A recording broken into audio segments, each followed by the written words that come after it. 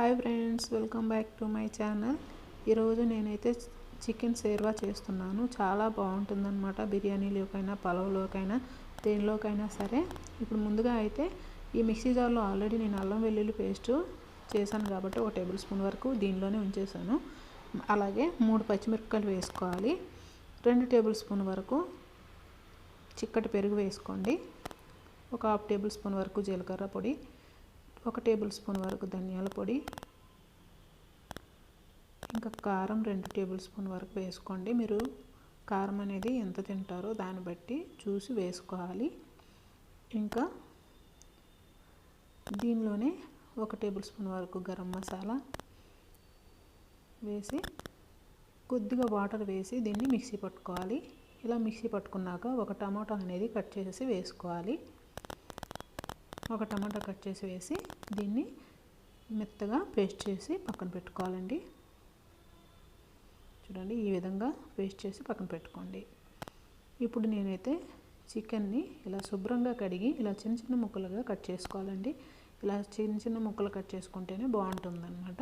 ఇప్పుడు స్టవ్ వెలిగించి ఒక్కడే పెట్టుకోండి. 2 టేబుల్ స్పూన్ వరకు ఆయిల్ అనేది యాడ్ చేసుకోవాలి. దీనిలో చిటికెడు పసుపు అనేది వేసుకోవాలి. ఎందుకంటే చికెన్ అనేది కొద్దిగా నీసు వాసన ఉంటుంది కదా, అది రాకుండా వేసుకోండి.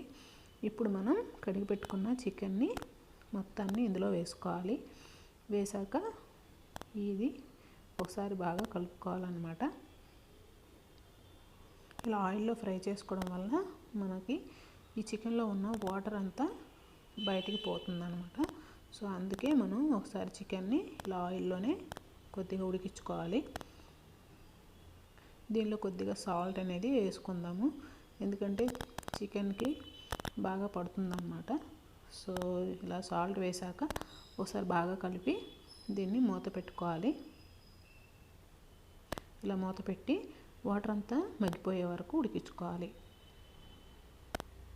మధ్య మధ్యన కలుపుకుంటూ ఉడికించుకోండి. ఇప్పుడు మూత తీసి వాటర్ అంతా ఆల్రెడీ మనకి పోయింది కాబట్టి ఇప్పుడు ఆయిల్ సపరేట్ అయిపోయింది కదా.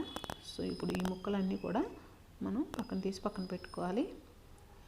దీనిలోనే నేను ఒక చిన్న దాల్చిన మొక్క, అలాగే 3 లవంగాలు, 1 యాలక్కాయ, ఒక 4-5 మిరియాలు వేసుకున్నాను. ఇప్పుడు మనం గ్రైండ్ చేసుకున్న ఈ పేస్ట్ని మొత్తం వేసుకోవాలన్నమాట. ఇలా వేసుకున్నాక ఇది దగ్గర పడ్డ వరకు దీన్ని ఫ్రై చేసుకోవాలి. ఆయిల్ సపరేట్ అయ్యే వరకు దీన్ని బాగా దగ్గర పడనివ్వాలి. అలాగే దీనిలో ఉన్న పచ్చి వాసన కూడా పోతుంది. మనం దీన్ని మూత పెట్టి 2 నిమిషాల పాటు అలాగే మగ్గనివ్వండి.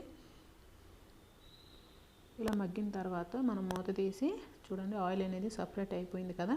సో దీన్ని ఒకసారి బాగా కలుపుకోండి. గ్యాస్ అనేది మీడియం ఫ్లేమ్లో పెట్టుకొని దీన్ని బాగా ఉడికించుకోవాలి, లేదంటే అడుగు పడుతుంది. సో ఇప్పుడు రుచికి సరిపడా సాల్ట్, అలాగే ఒక 1/2 టేబుల్ స్పూన్ వరకు పసుపు కూడా యాడ్ చేసుకుందాము. మరి మసాలాలు ఏమీ అవసరం లేదు, ఆల్రెడీ మనం అన్నీ మిక్సీ జార్లో వేసుకున్నాం కాబట్టి ఇంకా సరిపోతుంది అన్నమాట. సో దీన్ని ఇలా కలుపుకుంటూ బాగా దగ్గర పడనివ్వాలి.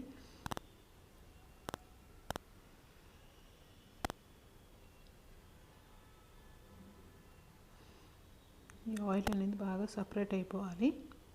ఇలా సపరేట్ అయిన తర్వాత ఇప్పుడు మనం ఫ్రై చేసుకున్న ఈ చికెన్ని దీనిలో వేసుకుందాము. వేసి దీన్ని బాగా ఒకసారి కలపండి.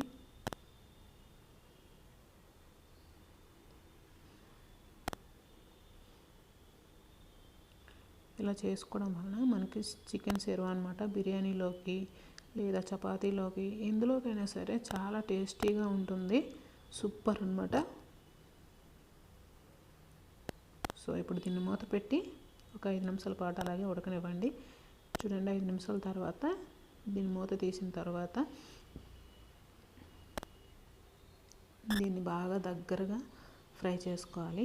మరీ ఫ్రై కాదు, కొద్దిగా దగ్గర పడ్డ వరకు దీన్ని ఇలా కలుపుకుంటూ ఉడికించుకోవాలి.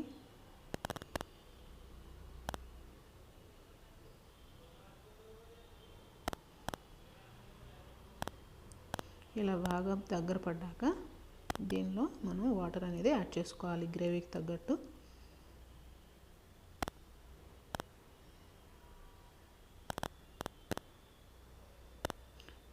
పలుచగా కావాలనుకుంటే పలుచగా, లేదంటే చిక్కగా కావాలనుకుంటే చిక్కగా మీరు చూసుకొని వాటర్ అనేది యాడ్ చేసుకోండి. నేనైతే కొద్దిగా మరీ పలుచగా కాకుండా చిక్కగా కాకుండా మీడియంలో ఉంచుతున్నాను అనమాట. ఇలా ఉంచుకుంటేనే మనకి బిర్యానీలోకి నంచుకోవడానికి బాగుంటుంది. సో ఇలా వాటర్ వేసాక ఒకసారి మీరు సాల్ట్ అనేది చూసుకొని అడ్జస్ట్ చేసుకోవాలి.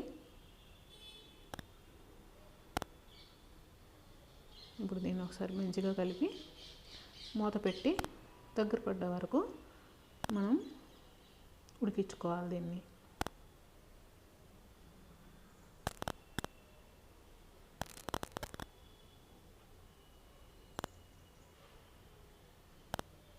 దగ్గర అయ్యాక మనం స్టవ్ ఆఫ్ చేసేసి మనం సర్వ్ చేసుకోవడమేనండి, అంతే. ఎంతో టేస్టీగా ఉన్న చికెన్ సెర్వా అనేది రెడీ అయిపోయింది. మరి మీకు కానీ నా వీడియో నచ్చినట్లయితే లైక్ చేయండి, షేర్ చేయండి, సబ్స్క్రైబ్ చేయండి. Thank you for watching.